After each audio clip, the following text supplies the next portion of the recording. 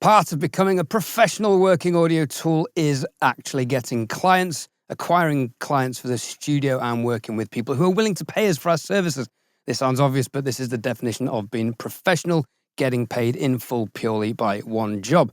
The reality of it is, though, a lot of us are going to be semi-professional technically by doing other things, whether it be YouTube, live sound, or teaching, or playing and performing as a musician. However, focusing on mine and Paul's journey as working mix engineers and trying to become professional working audio tools in our own tool sheds.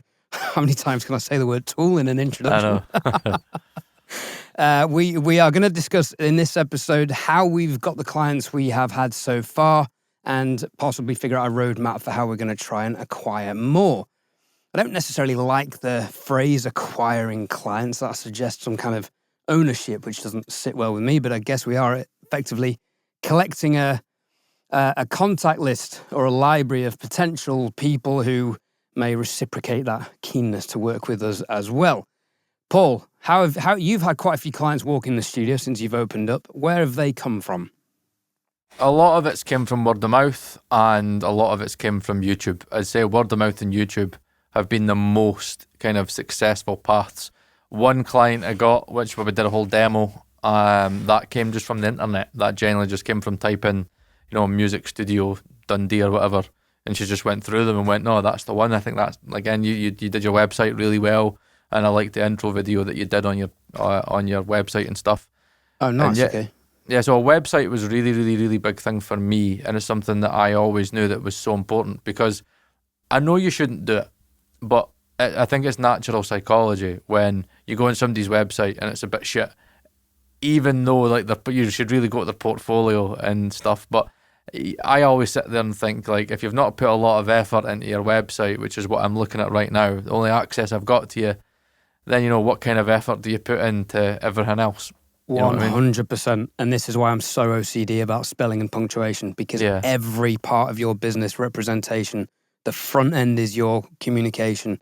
That sets the tone exactly as you've nailed it on the head, which is really important for me, is if you can't pay attention to the little details, how can I expect you to pay attention to me and my little details, which are important to me as a client? Yep. So nailed it on the head. So is that your studio tour video that I filmed? Yes. You're welcome. Thank you. So there was that, but the big benefit for us, and again, I don't want to lean too much into it, because for nearly 99% of you watching, this isn't going to really help. But YouTube is obviously a big element of getting my name out there, and I've had a lot of people come in the studio because they know me from YouTube. But it's not just been mixing and recording clients. I've actually been getting quite a bit of mentoring clients as well. I do basically a service where it's £60 an hour. So we'll do an hour video call, and in that hour you can cover whatever you like. Ask me whatever questions you like. If it's mixes or whatever, send me a few mixes. I'll give my feedback on them. But I tend not to try and overly advertise that as much, because I do feel that there's a lot of imposter syndrome that I've got, and many people are clamping down on a lot of YouTube mixer engineers, and I get it, because there's a lot of people out there that are kind of faking it till they make it, and some people are making out they're more popular than they are. But you're 100% not one of those people. Your whole channel, your channels, all three of them, are built on viewer trust and therefore your own integrity, and that extends to mixing. You are a phenomenally talented mix engineer, and people buy into that. You can achieve things technically that I have no hope of achieving in mixes. You have an ear for things that hasn't done 2,000 to 2,500 gigs like mine. So you need to have more confidence in that area. Yeah, I know. And I think that one of the most important things that me and Ed are trying to do is we are trying to be, as what we spoke about it in episodes before, we want to be a little bit more American. We need to be a little bit more upfront and confident, and get better at our networking. Networking is going to be... Because if you're in Scotland, can I put a tariff on you for doing this podcast with me? No. No. Okay, no. Fucking hell, just got all the... Oh, no, I'm not even going to say it. I'm not even going to say it. Right. So, Let's avoid. Move on. Sorry, I've got us cancelled again for the third week in a row. Yeah, so I think that, you know, for me and Ed, we've kind of made this video almost like a brainstorm kind of video where we're kind of wanting to think about ways that we can maximize the potential for getting people to contact us and for us to maybe network with other people. So me and Ed have spoken about a few things. Again, going to gigs is very, very important. As I've said earlier in the last video and a few other videos, Anthony Vilchis talked about it a lot in our interview with him. That's Manny Marikin's assistant engineer, ex-assistant engineer. He was talking about if you need to, you know, get yourself in front of clients, then you need to get yourself in the place where the clients are, i.e. get yourself in Music City, which could be Nashville, LA, New York, London, you know, blah, blah, blah, LA, whatever. Errol. I know, I'm an Errol. So, like, my plan of attack has to be more local, and it has to be, I would say, Ed, probably really, like, trying to get word of mouth. I think for me and where I am, word of mouth is the key, because the good thing I have is that I don't have that much competition. I really don't have a lot of competition in Scotland. Glasgow's quite competitive, Edinburgh is, but, you know, in my niche of where Dundee, Aberdeen, Edinburgh, you know, they're like, I've got an advantage there. So what I need to do is I need to maybe think about finding, you know, certain forums, like Scottish artist forums. But you've got to be careful, because a lot of forums are very tight on, you know, like people spamming to try and get, you know, business and stuff. But for me, I've got to get myself to the artists. Having a YouTube channel is great, but the problem is that mostly it's only producers and mix engineers and mastering engineers that know who I am. I need to get my name out. You know what I mean? Yeah. So you're looking at more of a localized... I need to. ...marketing campaign, which I think does make sense for you. But one thing where we both seem to get clients already is the ability to record artists. One of my avenues has definitely been the ability to get people in and record vocals. I've got a band coming in to track drums on Friday. That's cool. But with vocals, you know, then you really can't, that's pressure time though, because then you really can't be complaining about the audio quality you're delivered. Yeah, no, and totally, if you've cocked up a recording, you know, over compressed stuff, which I've done, you have to live with it. But it's all a learning process. But from there, once you've got the vocal session down, which again is where a couple of my clients have come from, you then logically can get the mix as well. Like you'd be doing in your place, recording a whole band potentially, then getting the mix, and then inevitably, as we've discussed, people want starter, main, and dessert. They're going to want mastering as well. So that's something for you to get your head around as well. But going back to your YouTube platform, would you say that's mostly delivered mentor clients? Yeah, I've had quite a lot of mentoring clients, which really, really surprised me. And it is great, because every mentoring client I've had has walked away happy, and we've always taken away something, you know, very particular, very specific to them. It's almost like a penny's dropped, or, you know, a light bulb moment has been had, which is great. But it's not going to happen all the time. But I think that, you know, the mentoring clients is good, but it's not very consistent. Obviously, I want to try and get, you know, mixing clients and recording clients. If it's recording clients, it has to be local. The good thing with mixing is that it can be globally. And what I find so funny is that all the paid clients I've had have not been even in Britain. They've all been abroad. Like I've had, know what, actually, Ed, I just kind of thought about this there and was like, and didn't even realise that. They're all Canadian. Every single mix I've had abroad, like again, just like a paid gig, they've all been Canadian for whatever reason. And I can't even tell you why that is, but they all came from YouTube. So I think I've had like 4 or 5 paid gigs, and they've all been from Canada, and all different parts from Canada. I don't even know why that's the first time I've actually because I was thinking about going, and was that from there and there and there? And I was like, no, they're generally all from Canada. You're just on an equal latitude around the globe. In so fucking far north, it's freezing, and you just understand each other. Yeah. I know Canada can be really cold, eh? But yeah, actually, no, saying that though, a lot of Scots go to Canada, so I don't know. But either way, I think it is good to have... All farmers. It's a farming thing. Farmer. Imagine me as a farmer. Thing. Fucking hell, man, I'd be the worst farmer ever. Jesus. All my crops would be dead. He's just sitting there like unplugging doctor, like, fuck, well, that's no still How does crops this for this corn year. sound different to this corn? I know, like that. What frequency does this pop out when I put it in the microwave? Measurement mics on the tractor and shit. Like, oh yeah, so what sound does this okay, I'm going fucking hell. We can go too deep into this, Jesus. But and I'm now my autistic brain's like going fucking so hang on. Let's bring back in this some more focused format. So macro level. Yeah. I record clients in the studio. That often leads to mixing. Mm-hmm. You're looking at localized bands and things. Sorry, on a micro level. But on a macro level, we're talking international clients, which is great. I've had a couple of mentor sessions myself. And what's interesting about those is what they've wanted is to hear how I could mix the track versus how they do it, and then talking through the differences, which has been really interesting. And one of those has come through this podcast, which has been amazing. Shout out to Marv, who's probably going to send something your way and has already sent something to Marcel, our in-house mastering engineer as well, which I've yet to hear. But sounds promising. I had very good feedback from Emra on that final mix that I submitted, which is like... Emra's brutal. He like is he Mr. Brutal. You. If there's anything wrong, he does not sugarcoat that shizzle.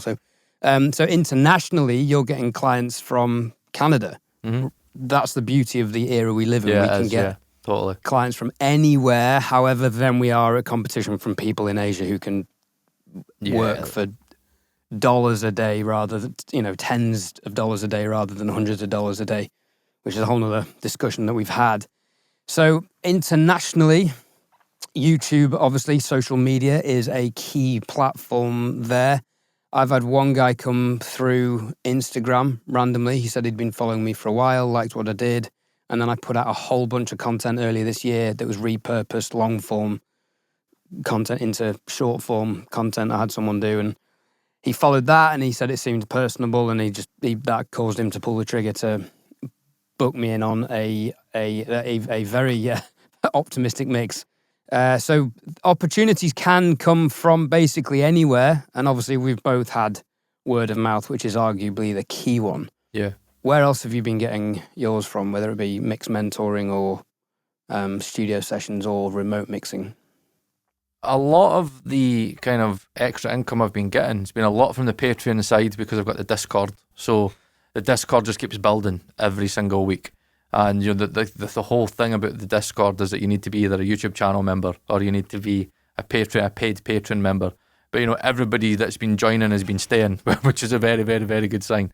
But that's not really kind of what I want to be doing. So let's think about more of the plans, kind of the brainstorming that I think could be quite good for all of you listening. So if we can try and think about my sales background, and we'll see if there's maybe anything that my sales background taught me. So I was in Top Styles, I was in Carpetwright, I was a manager in Carpetwright and in Top Styles. So I was a sales manager for many, many years.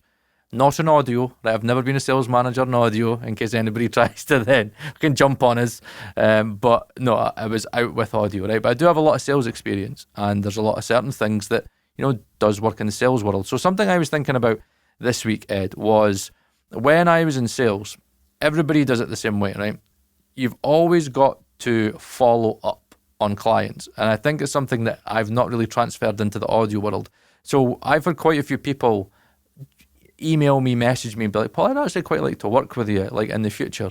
And I just go, oh yeah, no problem. Yeah, just give us a shout when you're ready. Yeah, blah, blah, blah, blah. Where in a sales world, I never, ever would have done that. I would have had it in the diary, phone, message, blah, blah, blah. Like, we used to have to do all that kind of cold. Well, it wasn't really... It's funny. Imagine if there was a whole podcast dedicated to exactly this subject. Oh yeah, the Six Figure Home Studio podcast. Yeah, I know. Exactly that. Not even putting dates in the diary, using AI to follow, or HubSpot to prompt you to follow those emails up.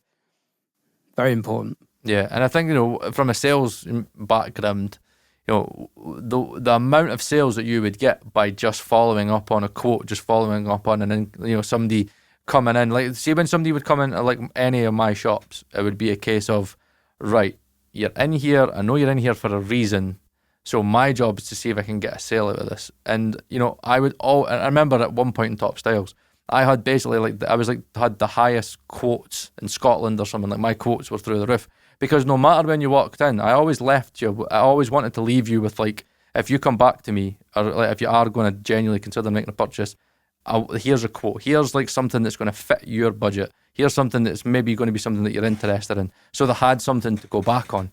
So again, if they were going, so we're ready now. I remember the boy gave us a quote. Even just wee things like that, I always felt like it's like leaving breadcrumbs. That's the way I seen it. Where in the audio world, I think what I've been doing is I've not been kind of picking up the breadcrumbs that other people have been leaving for me. Loads of people have been contacting me saying, yeah, well, I'd love to work with you, man, blah, blah, blah, blah. Well, in my head, I'm like, the old Paul Third, the old sales-minded Paul Third, the first thing I would think of is, right, when am I going to contact this person? Or even, you'd be in the shop and it'd be like, when do you want me to give you a call back? I don't want a call back. Cool. Is it all right if I give you an email? Oh, yeah, cool. What's your email? I always had a way of getting contact details. That was the thing. Many people they'd go, Paul, why is it your top sales all the time? And I'd just sit and be like, because I get their contact details and they allow me to contact them. I would never contact somebody unless they wanted me to contact them. But I would still say to them, is it okay if I follow up with you in a wee bit of time? So that's something I should be doing. I think we should all be doing with, people that contact us, is making sure that we go, right, you want to work with me? Right, ask more details about the project. Instead of being like, yeah, cool, yeah, very passive, be like,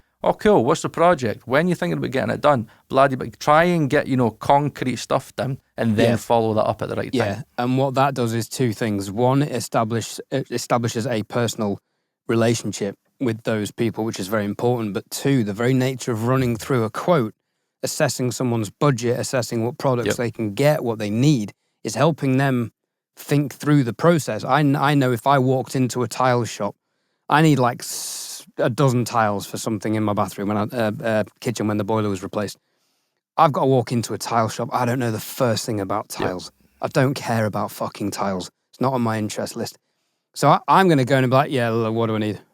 And someone like you is going to have to help extract me. That, yeah. I've got to extract what you actually don't know that you want yet. Understand that process and figure it out. And just the very nature of putting a quote together for someone in such detail is helping them do that, and they're going to remember that and appreciate that.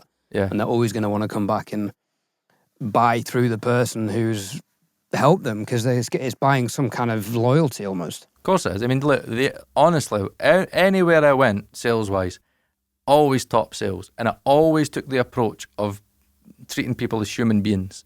And I always spent time with every customer. Even this is what the one thing my managers used to say about me. It's like, Paul, see what's spectacular about you is that regardless if it's like a 5-6 grander, you take as much effort on the 100, 200 pound sales as you do on the 5-6 granders. Everybody goes through a journey. And it was only until like this morning, I was just sitting there thinking, wow, I really have lost the sales touch. And I think it's because when, I started YouTube and I knew that the salesy Paul Third could not enter the YouTube world. And I almost feel like I have kind of distanced myself from that person that is very, very good. Honestly, see, when it comes to sales, like if I was in an audio company, my first thing would be like, right, what does it do? Like, how does it, who are we targeting? Blah, blah, blah, blah, blah. And I would find the audience for it, and I'd find the right people for it, and I would make connections, I'd make networks. Like, even like with tilers and shit, I used to have tilers on tap. I used to steal tilers from other fucking distributors and stuff.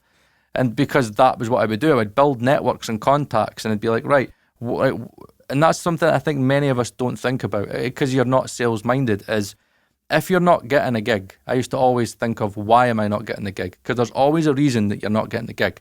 Is it price? Is it because they don't like your portfolio? Is it because they've not really gelled with you? These are the things that you should really ask people. Like, there's nothing wrong with getting in touch with somebody and asking, all right, man, I just noticed that I didn't get that gig, or again, you went with so-and-so. Was there anything I did, just for my future references, is there anything I did to not get that gig? Is there anything that you feel that I could have done better? Yes, and you stumble on a good subject there, because although in theory I would agree with you chasing people up for why you didn't get things, I have tried this, and you've then encroach on the territory of, much like chasing people up for stuff, it's useful to do, but people will get pissed off if you chase them up more than 3 times.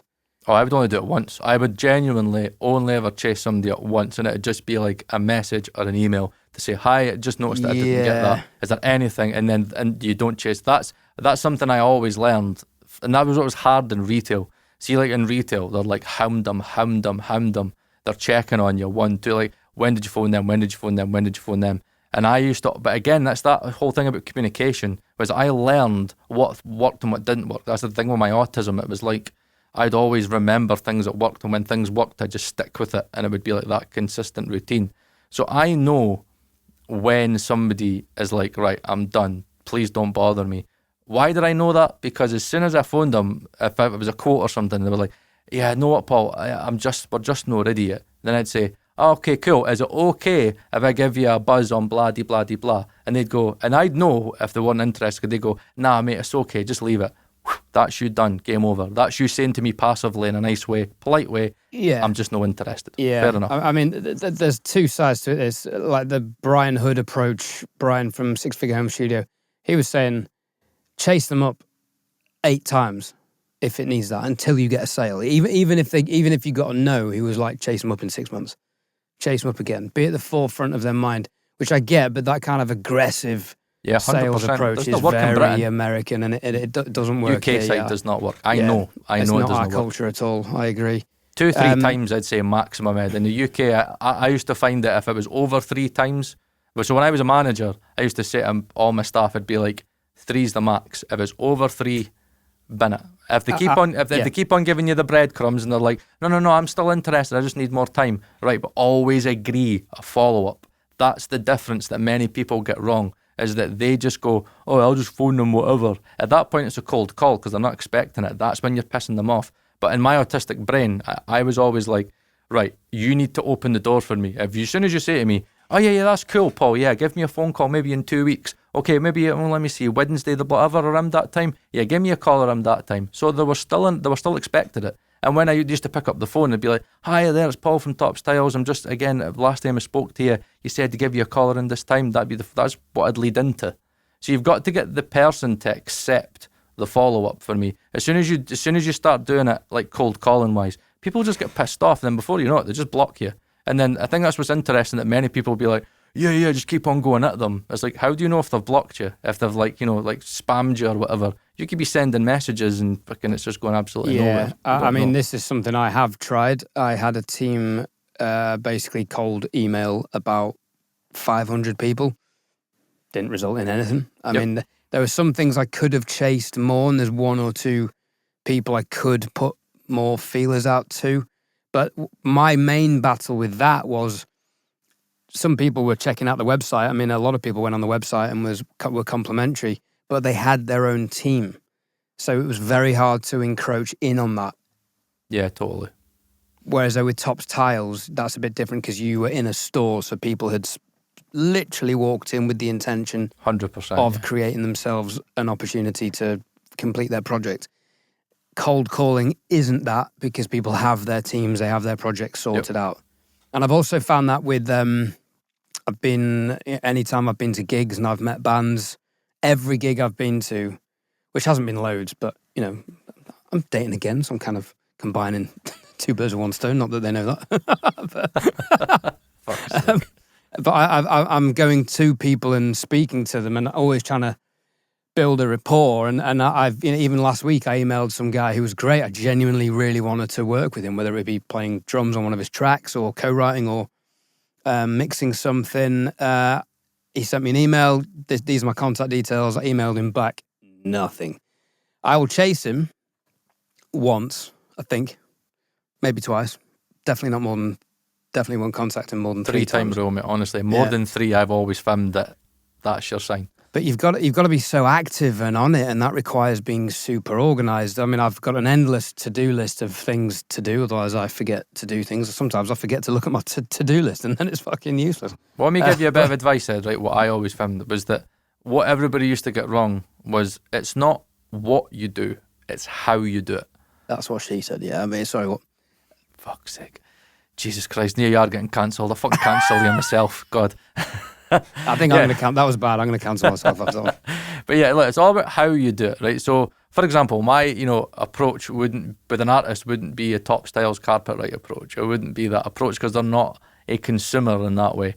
They're an artist, and it's a different thing, because it's a relationship. Like, as much as I ended up building relationships with some people that would come always back and ask for me, That was always something. I was always about repeat business as well. That's something I always take into this business as well. Is that repeat business is really important. That's actually what many people don't really understand. Is that everybody does this thing where it's like, I need to get new clients. I've not got this client. I need to get this client and that client. It's like, why don't you just work on keeping the clients that you've already got? Because if they're an artist that are churning out songs all the time, if they're producers that are working with artists all the time, then that's how you tap into that. And the more relationships you build, then the more repeat, business that you've got. So it's about how you do it. Like if I was with a client, for example, right, I'm at a gig and I'm like, oh wow, they sound really good. I wonder if they're working with anybody.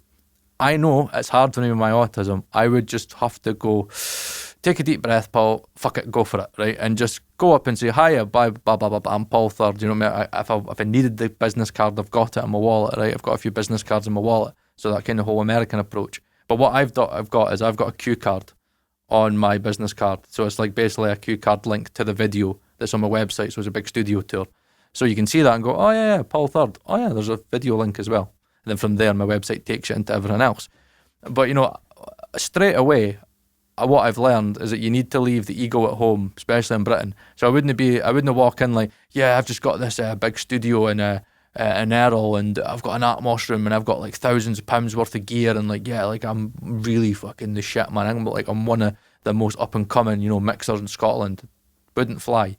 What's important is getting on tone with them. So it's all about them, not you. I think that's sometimes what I find Americans sometimes do, a little bit off key, a little bit. Where I think what works with British is that because we're also self-deprecating, people like to be told that they're good because they need that reassurance. So for me, it would be, know what, I really love the set. Like, are you working with anybody right now? Have you recorded anything? Have you got demos I could listen to? Oh yeah, we've got demos, blah, blah, blah. Oh cool, I'll check that out. Then next day I'm going to, where's the in? Right, so I need to find out information. This is what I always take from my sales background, was if somebody came in, you need to ask leading questions to understand where you fit. So in Top Styles, it was always, what room you doing? What size is it? What's your budget? What's your style? What have you got in there already? Blah. Who have you been working with? I used to cover everything. Honestly, a customer would leave with me and I'd know everything about the project. I'd know who was tiling it. I knew what they had before. I knew every single detail that I could find out. And I think that's what's important with an artist, because if you take time with the artist, then they walk away going, wow, he really gave a shit about my song. And it doesn't feel like it's yeah, here's my card. Yeah, just come and see us. If you want to come, I'll make you the next big thing. DistroKid sponsor the Working Audio Tools podcast, and you can get 30% off your first year's subscription using the VIP link in the YouTube video description and podcast show notes. DistroKid makes distribution of your music easy with unlimited uploads, and you get to keep 100% of your royalties and earnings. Join over 1 million artists who rely on DistroKid to get their music into Spotify, Apple Music, YouTube Music, TikTok, Tidal, Instagram, and all other streaming platforms now and in the future. The new DistroKid app is available on iOS. Go and download it from the App Store now.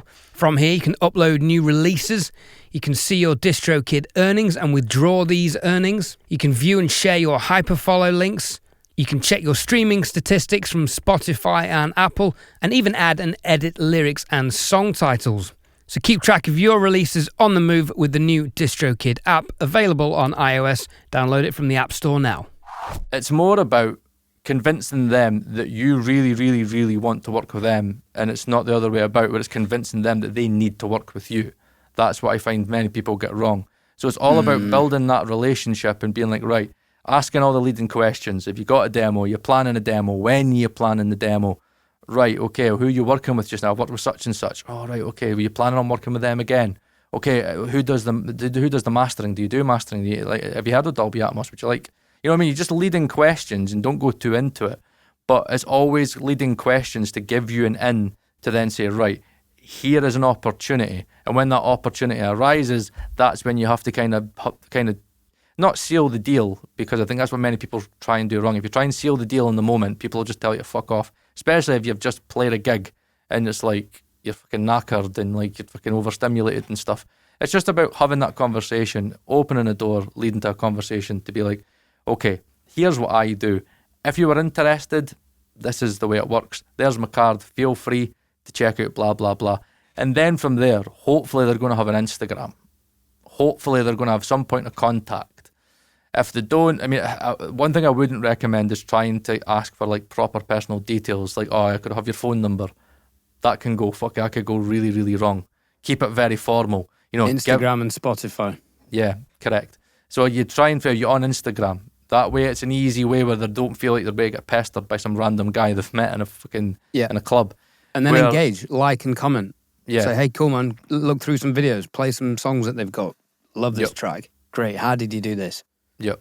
Build that relationship. And hopefully, when you then contact them on Instagram, it's not a cold call anymore. Because what you've done is you've went, blah, blah, blah, yeah, you know what I'll do? I'll check out the stuff on your Instagram, your Spotify and stuff. Is it okay if I just send you a little message just around the time you're thinking about recording?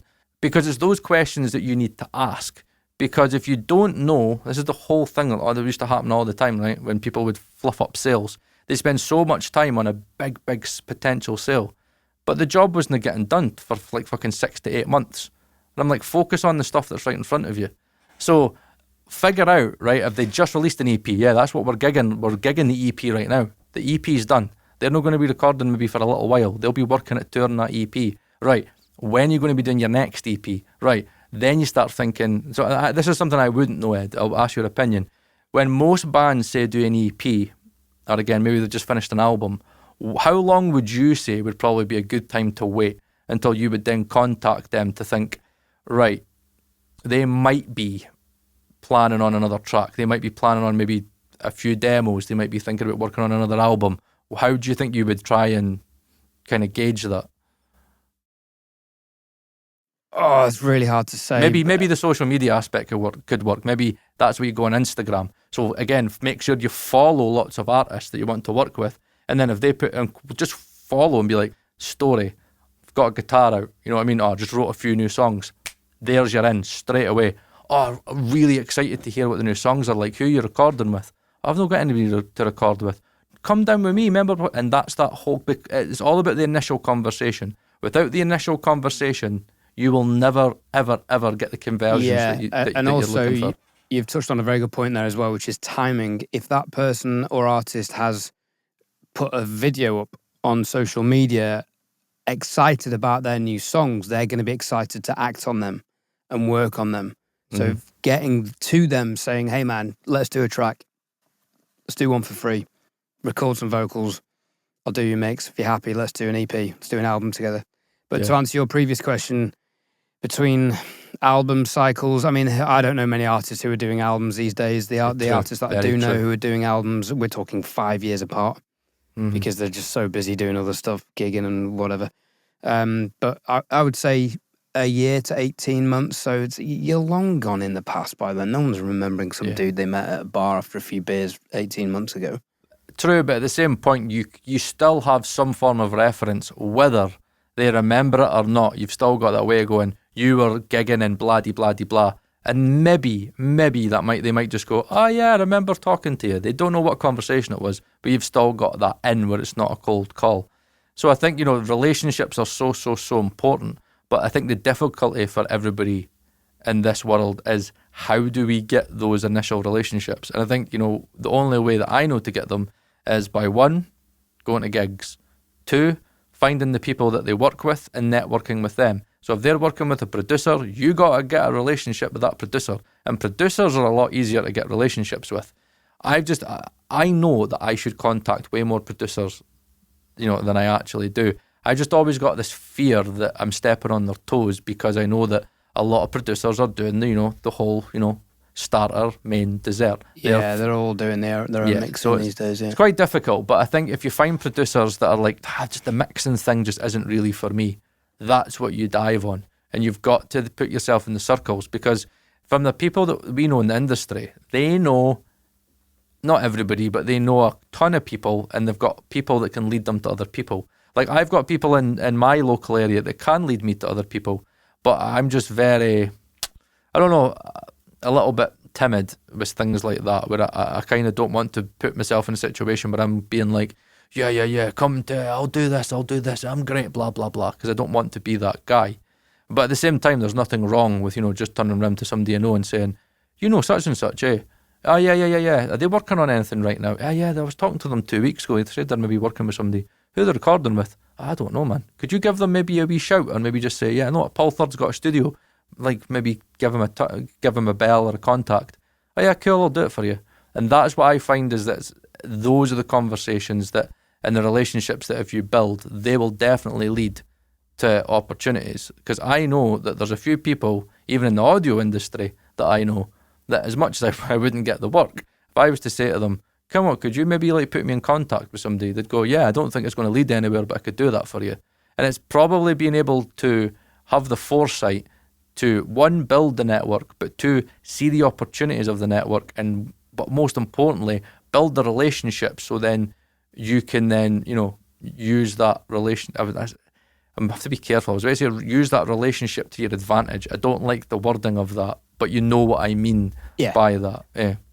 Massage that into an advantageous direction. Yeah, it's almost like I'll help you, you help me, I help you, to me, like the Chuckle Brothers, to me, to you, to me, to you. And there has to be that, what it is. I think the better way of putting it is making, here's a better way, right? It's something I've learned a lot, is what can I do for you and what can you do for me? Because when you've got that thing where I help you and you help me, that's when it doesn't feel like you're only with me because of the contacts that I've got. That's why relationships are really important. So again, I'm only with you because of the contacts you got, Paul. Fuck you. Well, you're hopeless, Ed. So fucking at least you know that I'm in it for the right reasons, Ed. I'm here because you're my bro. You know what I mean? There you go, right? Fucking hell. I'm your only bro. You know that. Fuck you. I've got Emra. I've got Tura. I've got other boys. I've got bros, right? I can replace you at any minute. Just know that, Ed. Oh, right? You did on your other channel. Oh, I knew. There it was. I knew that got No, not at all in that way. That is pure jest. That's a great channel. But look, if we just look at me and Ed, for example, right? What me and Ed do is me and Ed look out for each other all the time. So if an opportunity arises, we always see if we can get the other one involved. Even if you think about it with me and Emra's in Sweden, he's from Turkey. Even like for the channel, it's trying to think, how can your contacts work with me and you, and how can my contacts work with me and him? You know what I mean? And it's quite difficult because, again, there is like a country barrier when you're trying to get certain products sent over and stuff. But it's all about knowing that you can help each other out, but the relationship always comes first. One thing that me and Ed are very, very, very strict on is that business never gets in the way of relationship.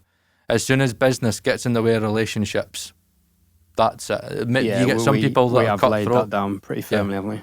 That's probably a quote for the bookhead, is that, relationships always come before business. If you live your life by that motto, you will understand that, there might be some business that you lose out on, but you could easily, get, again, Joe Carroll talked about it before in an interview we had where he lost a big client to another mixer. He could have went in the complete cream puff and was like, left a bit of fucking badness, you know what I mean, at the end of that. But he didn't, and he was like, because at the end of the day, that project might not work out and they might come back to me because we left on good terms. And I think that's what it's all about. It's all about, building these relationships. And it's something that I'm always worried about. I've spoke about it and loads of times on this podcast, as, Ed kind of touched upon it kind of lightheartedly about, I've been a little bit more political with, my YouTube channel. And then saying that I basically fucked off nearly all audio files in last week's video. Yes. That was a good video. I watched that this morning when I couldn't sleep. It did quite well, yeah. And it didn't put me to sleep either, which was good. Fuck you. But see, after it, I thought, is that me going down my bad self? But at the end of the day, I'm like, look, audio files aren't really going to be the people that are going to probably turn out as, potential clients to work with. They're not creators. Not all of them anyway, but I was even wee things thinking that maybe a few bridges have bumped there and stuff. I did want to ask, would you not consider yourself an audiophile? Because audiophile to me, by definition, is someone who has a high level of attention and care towards high quality audio reproduction, which is exactly what we do. True, but I think where I'm fortunate is that I have a very, very, very critical ear. So I'm somebody that needs to hear all the critical details. I don't want things to be masked. I don't want things to be, like rolled off and like sweetened and perfected. I want the raw. Yeah, your emphasis in the video was very spot on. It was transparent accuracy versus personal preference and pleasurable Correct. listening experiences, which is the main difference between the two. I mean, there are parts of me that, like, are very kind of audiophile-ish, where I like to geek out on technology, and I like to geek out on how things are made up and why they do and how they do what they do. But, where I'm very, very fortunate is that I'm very, very, very technical based. So as much as I'm a music lover, like I've for years and years and years, I've kind of not been able to listen to songs the same way because I overanalyze everything. But I didn't really realize that I used to do that. When I used to listen to Beatles songs, I'd be trying to find parts, and I wouldn't really enjoy it. I'd be like, oh, what's that part? And I'd try and then, that comes in there and that comes in there, and it's always very technical and stuff. But I think that that's something else that you need to be careful about, Ed, because I'm always careful that if not everybody is overly technical, and musicians are musicians, and I've always got to rein back that technical side of me, because at the end of the day, somebody doesn't want to kind of feel that you're going to come in the studio and you're going to like completely analyze everything they do, with to fine details and chop it up and look at it at a microscopic level, because they want to come to you to be like, is the performance right? Like, what are the main important things? And that's why, like, when I've had demos in the studio, nothing that we've done has ever been really technical. It's more been about the performance. It's more been about the vibe. Right, is that right? Is that right? Yeah, how's the song working? Because at the end of the day, that's all they care about. And that's why I talked about earlier, is when you have these like conversations with people, always refer back to them. It's not about you. They don't give a shit about your studio. They don't know what a Fairchild is. They don't know anything. They don't know your speakers. They don't know anything. They don't know what fucking Nyquist is, and nor should they. They're an artist. It's your job to fucking have a bit of an understanding about it. But when you speak to them, what's important is that you talk on their level. And that's something that I think I've watched a few guys fall at that hurdle, where, I've spoken to a few artists, and the reason that I said this was because an artist I was speaking to last year said to me, it's really good speaking to you, because I was really worried that me and you weren't really going to get on. I was like, what do you mean? He's like, well, you're very overly technical, Paul, and I really hate all the technical stuff, but I watch your videos because they're entertaining. I was like, all right, okay. But he's like, speaking to you now, it's like, you've not really talked about anything technical. It's all been very music-based. And I'm like, but that's because you're not a technical person. So what's the point in me talking to you about technical stuff that you're not interested in? Like, if I speak to Emra or Em, we can go down dirty technical stuff because that's what we're into. But, if I'm speaking to, for example, like Alfie Holloway or someone like that, I'm always thinking, right, the song, right? What song have we got, and what vibe do you want? What's this, that? You know what I mean? I'm always thinking about the artist, and that's one of the biggest things that you will need to understand is relationships come first. Yes, business, there are tricks and tips that you can use, but as soon as an artist feels that they're being sold to, as soon as an artist feels that, they're just another number, you'll find it more difficult. You will find it more difficult. DistroKid hosts a range of visually engaging social media promotion tools to help your release stand out from the crowd. Creative and colourful social media cards incorporate your artwork to help your release stand out. These are free to download and can be highly effective promoting your release. DistroKid also offer mini videos, which are free, short, customizable videos incorporating your artwork and a short clip of your track. And if this wasn't enough, DistroKid also have a tool to create a Spotify canvas generator, which is the video that plays in the background when you're playing a song on Spotify. Simply choose a theme and choose from dozens of different creative artwork concepts. These are free to use and great for engaging your audience, available on DistroKid. For an additional subscription of $8.25 a month, you can get your music videos distributed to Apple Music, Vivo, and Tidal, and you'll keep 100% of your royalties. With DistroVid from DistroKid. I feel like off the back of this episode, we should do another PDF. For those who tuned in a few weeks ago, we did, what was that on? Fuck's sake, you did that, you made it. That was it, it was the mix checks one, wasn't it? Yeah. Which is a really good episode, which didn't do very well, much to our disappointment. Happens. And we don't say that egotistically, it was a good episode. It was, anyway, in our members area of the channel, we have published a PDF which is accessible via that, which basically has our list of mix checks. And I keep adding to it, by the way, because one or two things popped up or have occurred to me since. and I will keep doing that. But we should do one for this episode, how we can market our studios. However, I feel that it could be more of maybe not a book, maybe a pamphlet. But fucking pamphlet, you're a pamphlet, for God's sake. That's such a... do Americans even have that word? I don't know, I don't think so, no. Probably be spelt differently. What's the difference between a pamphlet and a leaflet? Because I take it a leaflet must be big, and a pamphlet is meant to be, it fits in your palm. Is that genuinely as simple as that? I don't know. What? Schools are different in Scotland. I don't know the answer, but your theory could be correct. It sounds daft to me, but it could be correct. So who knows? I thought like a pamphlet was like more than a few pages. A leaflet would be like 3 or 4. Yeah, that's fucking... Anyway, we digress. We could do that on the podcast. But I was getting to on the members area. But I was getting to there is a members area, by the way, if you'd like to support the channel. There is also a buy me a coffee donation thing, of which we get more money. YouTube take quite a bit of the memberships. Yeah. But the other thing was, you were saying you seemed to be very focused when you were working in the tile shop and the carpet shop. Was that because you had nothing to distract you and rabbit hole? Because outside of making the sales, you didn't care. Yeah, honestly, like when I was there to work, Like, but it was always because you never knew who was going to come in. There was always every day I knew there was people coming in. So it was always like you always had to have your game face on. Because did they do anybody secret could walk customers in as well? Yeah, mystery shop. No, it was dead funny. We had the mystery shopper, yeah. We had the same mystery shopper, but it was so funny because he knew that we knew that he was the mystery shopper, but he'd still go through the whole thing. And see, near the end, you could see the wee smirks and shit. He was just like that. These guys know what the script is above him. Would still go through it and stuff. Yeah, we had that at Tesco's when I worked at Tesco's in Sheffield on my gap year. Did you work in Tesco's? I never knew that. I did 3 jobs on my gap year. I worked at Tesco's about 2 days a week. I worked at my dad's pub 2 nights a week. And I was also touring with a blues band, and we would do 1 or 2 gigs a week.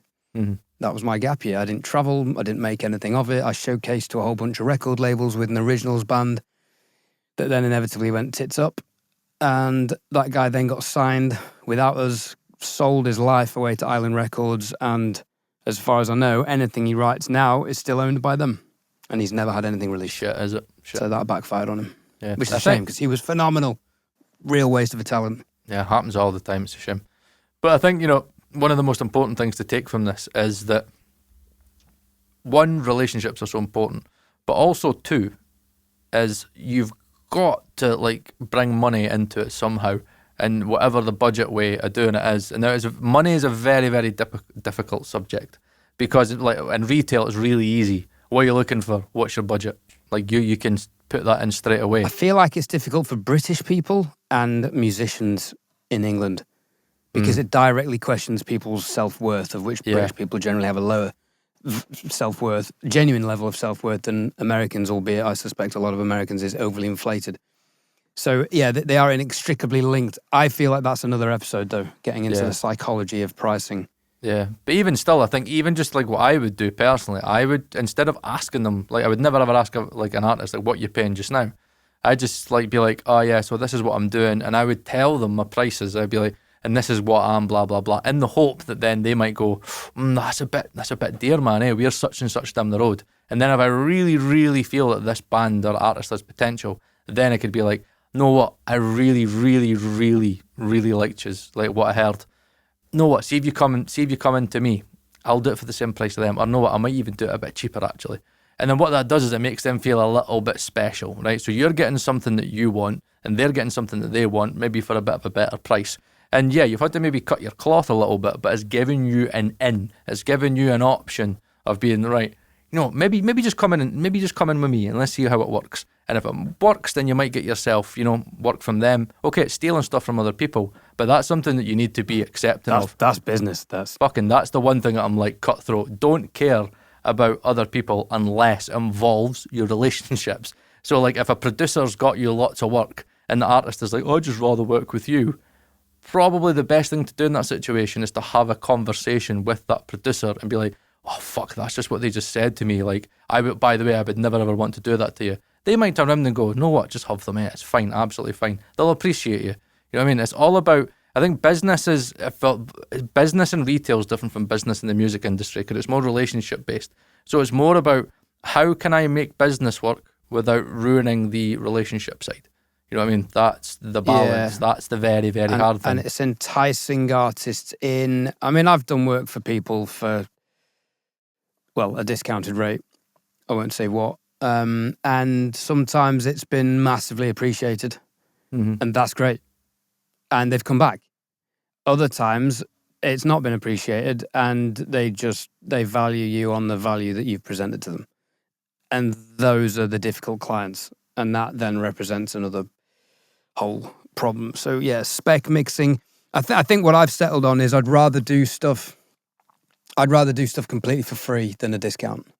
If this artist I met last week, if I said to him, "Hey man, I'd love to mix your next song. Don't worry about it. I'm just happy to work with you. Let's work on it. And then if you want to do your next EP, this will be my rate for the rest of the songs." Totally. Yeah. And if you can smash what they've done out of the park, smash that mix out of the park, and they think, well, I could use my other guy, but then the other 3 songs aren't going to sound as good. Maybe they'll come to you. Maybe they can't afford the full rate. And then you got to decide, well, hang on, if I've done, 4 tracks for the price of 3, can I lower my rate for the 3 tracks any further? Then you get into a whole pricing psychology. That's a really, really good point, Ed, because I used to do the same, say like in Top Styles, right? See if it was somebody that I was like, this is going to be a really good sale. This has got the potential. I wasn't meant to, but sometimes I go, look, I'll loan you, because you used to have to pay for your tile samples, right? Sometimes I'd go like, know what? Here's like a few free samples for you to take home. You know what? Because, and I'm going to admit that I used to do this, right? This won't work in the music industry. But you can't get fired. Right, yeah, but don't do this. You wouldn't get fired, right? Get it said, an old technique. Don't ever do this in the music industry because it means nothing. But a lot of times it does mean something in the retail world, right? I used to look at what car they drove, right? That is, right, a little bit of a horrible I've done that in the music industry. Yeah, have you, right? Because if a guy's walking in and he's like, blah, blah, blah, I'm looking to spend blah, blah, blah, this big project, big house, I'd always go, right, what car, right? And I'd just sometimes be like, oh, is that your car out there? Yeah. Oh, yeah, that's what I've got there. Yeah, brand new Range Rover, 60 grand, whatever. You're like, okay. I could vouch for that, right? Know what? Here's a few free samples for you. Oh, really? Yeah, good. Yeah, just take a punt. And I think, if for example, that mentality I would take into the audio world would be somebody is doing an album, right? You could vouch for the fact that they are like, we are going to be making an album. We are going to be going to such and such. Right, okay. How about I do your next single for free? And then you let them stew on it, right? And again, like the reason I used to give this is an old trick as well. The reason I used to give some big clients like free samples, and I'd say like, if you could bring them back, honestly, is, oh yeah, I'm good for it, bro. I'm good for it. Yeah, I'll bring it back. It's a chance, but 9 times out of 10 they would bring them back. See, when they bring them back, you've got that re-engagement again.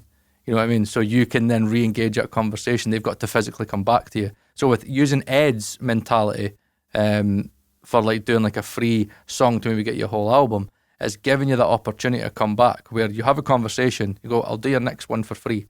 The band's talking, they're like, fuck, it's free. May as well fucking utilise. No, it's free. They might just take the piss and be like, yeah, get the single done and get the rest of the album done with such and such. But it gives you that chance of a re-engagement when they're in there.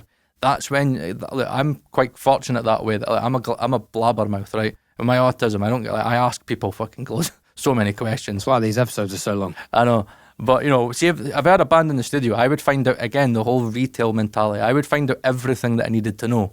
How much you're spending there? Where are you going for that? How much have you got? I would manage to find from it, whether it be the bassist or the drummer. I would pick and choose, like getting that from him, that from him, that from him, that from him. And then at the end of it, I'd be like, right, this is what the information I know. And then it's from me to do an outstanding job, even though it's for free, do an outstanding job, make sure that they had a really good experience in the room.